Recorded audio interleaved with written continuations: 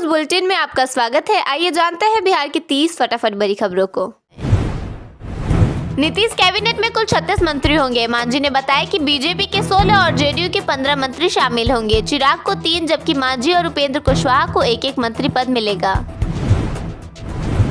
अररिया में लड़कियों से बैड टच करने के आरोप में प्रिंसिपल की पिटाई हुई। छात्रों ने कहा कि सर कपड़ों में हाथ डालते हैं और चॉकलेट देकर उन्हें अकेले बुलाते हैं। महिलाओं को 10,000 रुपए दिए जाने के मुद्दे पर इलेक्शन कमीशन से जवाब मांगा गया है। आरजेडी विधायक आलोक मेहता ने आरोप लगाया कि एनडीए ने जीविका दीदियों का वोट खरीदा है। बिहार में 20 नवंबर को नई सरकार का शपथ ग्रहण होगा। इससे एक दिन पहले 19 नवंबर को विधानसभा भंग की जाएगी। इसी सिलसिले में मुख्यमंत्री ने राज्यपाल से मुलाकात की। बेतिया में कार ने बारातियों को रौंद दिया, जिसमें 3 लोगों की मौत हो गई। हादसा दुल्हन के दरवाजे पर हुआ। मरने वालों में दूल्हे के फूफा और अगुआ शामिल हैं, जबकि 15 से ज्यादा लोग घायल हुए।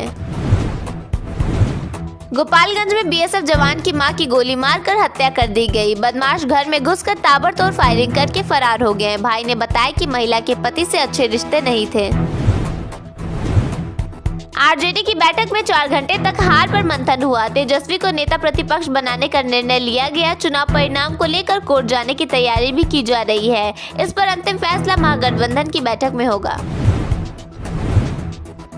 रोहिणी ने रमेश का नाम लेते हुए कहा कि वह उनके भाई का कातिल है। वहीं यूपी के बलरामपुर में पूर्व चेयरमैन के भाई अफरोज आलम ने कहा कि लालू परिवार को बर्बाद किया गया है और वह उनका दर्द समझते हैं।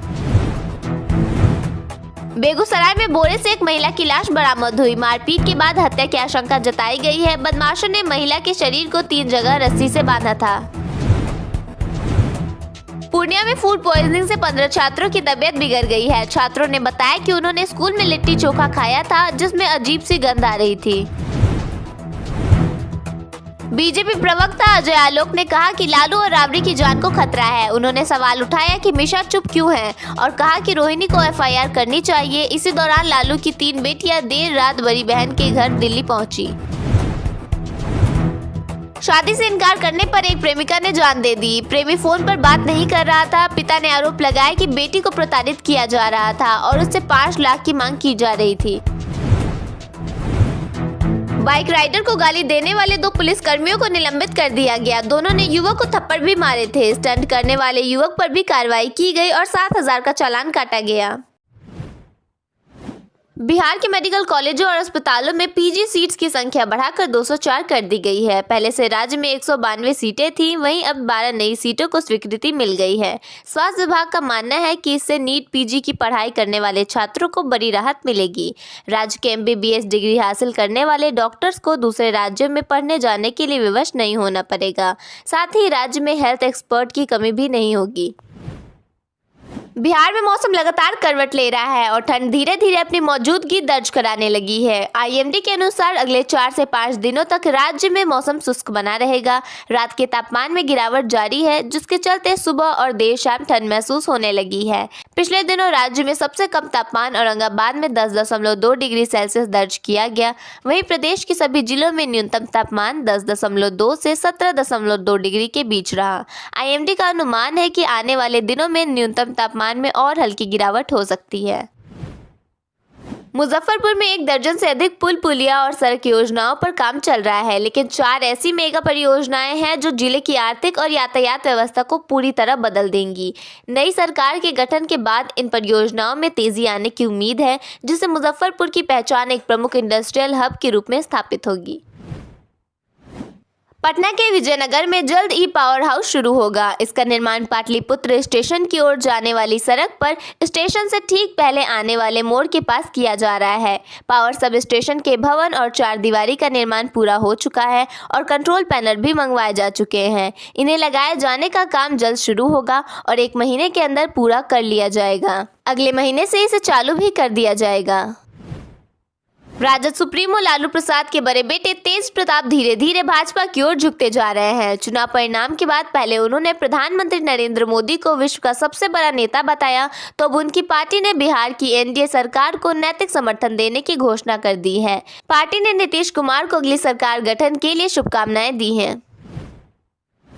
बिहार चुनाव में आरजेडी की हार के बाद लालू परिवार में विवाद बढ़ गया है। राबड़ी आवाज छोड़ने के बाद रोहिणी आचार्य ने तेजस्वी और संजय यादव पर गाली गलौज के आरोप लगाए हैं। उनकी 3 बहनें रागिनी, राजलक्ष्मी और चंदा भी दिल्ली चली गई हैं। रोहिणी ने एक्स पर लिखा कि आत्मसम्मान न झुकाने पर उन्हें बेइज्जती झेलनी पड़ी और मायके से दूर होना पड़ा। इस घटना पर चिराग पासवान ने कहा कि वह उनके दर्द को समझते हैं और उम्मीद करते हैं कि परिवार में हालात जल्द ठीक हो जाए।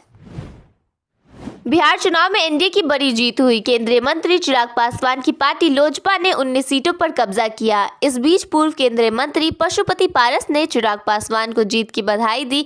पशुपति पारस ने इस जीत को शानदार बताया। लालू प्रसाद यादव के परिवार में मचे बवाल ने बिहार की सियासत में हलचल बढ़ा दी है। किडनी डोनर बेटी रोहिणी आचार्य लगातार दूसरे दिन बेहद गंभीर आरोप लगाकर सुर्खियों में है, जबकि बीजेपी ने भी उनके दावों पर सवाल उठाते हुए एफआईआर की सलाह दे दी है। बीजेपी प्रवक्ता अजय आलोक ने एक्स पर लिखा, क्या लालू जी और राबड़ी देवी को कैद कर लिया गया? जान पर खतरा, रोहिणी जी को एफआईआर करनी चाहिए। तेज प्रताप साथ जाएं, मिशा क्यों चुप है? उनकी यह प्रतिक्रिया रोहिणी के उन आरोपों के बाद सामने आई जिसमें उन्होंने कहा था कि उनके साथ बदसलूकी और मारपीट तक की गई। मुकेश सहनी का बड़ा बयान आ गया है। दरअसल जीविका दीदियों को लेकर उन्होंने नई सरकार से कहा, अगर जीविका दीदियों को 2 लाख रुपए नहीं मिलेंगे तो वे आंदोलन करेंगे। दरअसल मुकेश सहनी ने आरोप लगाया कि एनडीए ने महिलाओं को 2 लाख रुपए देने की बात कहकर वोट लिया है। बिहार में सरकार गठन की उल्टी गिनती शुरू हो गई है। नीतीश कुमार ने राज्यपाल से मिलकर विधानसभा भंग करने का प्रस्ताव रखा है, जिसे स्वीकार कर लिया गया है। वर्तमान विधानसभा 19 नवंबर को भंग हो जाएगी। राज्यपाल ने नीतीश कुमार से कार्यवाहक मुख्यमंत्री बने रहने का अनुरोध किया है। जल्द ही एनडीए की बैठक में मुख्यमंत्री पद पर फैसला हो सकता है। बिहार विधानसभा चुनाव खत्म होने के बाद कांग्रेस ने चुनाव आयोग पर बिहार में चुनाव के बीच 3 लाख वोटर जोड़ने का आरोप लगाया है। कांग्रेस ने कहा कि जहां चुनाव शुरू होने से पहले 6 अक्टूबर को बिहार में वोटरों की संख्या करीब 7.42 करोड़ थी, वहीं ये आंकड़ा चुनाव के बीच 11 नवंबर को 7.45 करोड़ हो गया। आंकड़ों के इस फर्क को लेकर कांग्रेस चुनाव आयोग से सवाल कर रही है।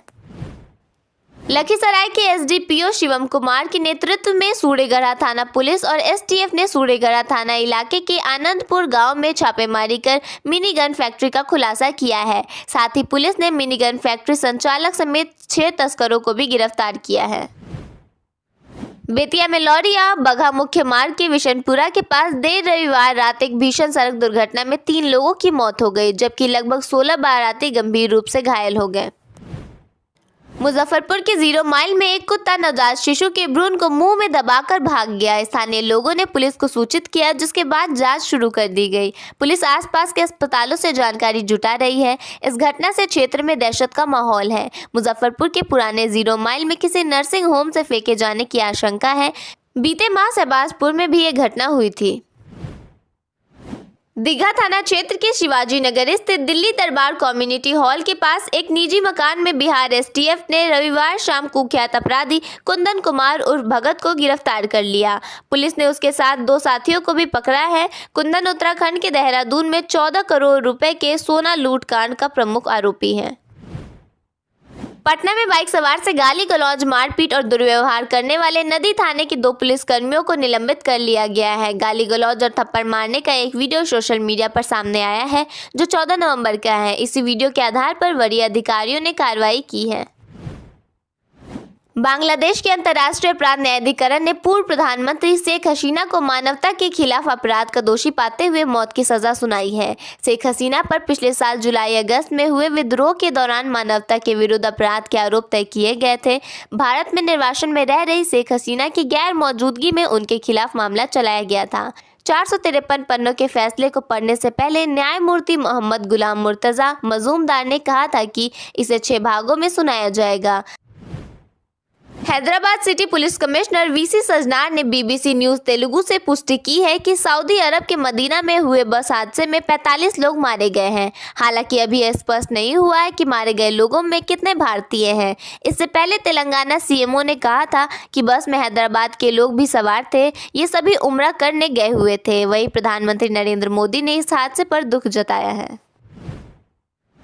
बिहार विधानसभा चुनाव में हार मिलने के बाद राष्ट्रीय जनता दल ने आज पटना में समीक्षा बैठक की। इसमें राघोपुर से विधायक तेजस्वी यादव को नेता विपक्ष चुना गया है। इस मीटिंग में सभी नवनिर्वाचित विधायक और हारे हुए प्रत्याशियों समेत सभी वरिष्ठ नेता शामिल हुए। बैठक के बाद आरजेडी नेता रामानुज यादव ने बताया कि सभी नेताओं से अलग अलग बातचीत की गई और चुनाव परिणाम को कोर्ट में चुनौती देने पर भी चर्चा की गई।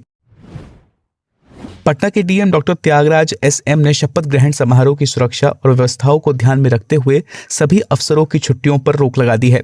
डीएम ने कहा कि नई सरकार के शपथ ग्रहण के दौरान कानून व्यवस्था को संभालने के लिए बड़ी संख्या में अधिकारियों की जरूरत होगी।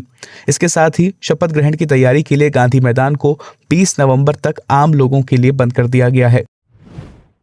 दिल्ली में बढ़ते प्रदूषण को लेकर दायर याचिकाओं पर आज सुप्रीम कोर्ट में सुनवाई हुई। कोर्ट ने साल भर निर्माण गतिविधियों पर रोक और वाहनों पर व्यापक प्रतिबंध जैसी मांगों को खारिज कर दिया। कोर्ट ने कहा कि राजधानी को पूरी तरह ठप नहीं किया जा सकता। सीजेआई बीआर गवई की अध्यक्षता वाली पीठ ने कहा कि सख्त कदमों का सबसे ज्यादा असर दिहाड़ी मजदूरों पर पड़ेगा।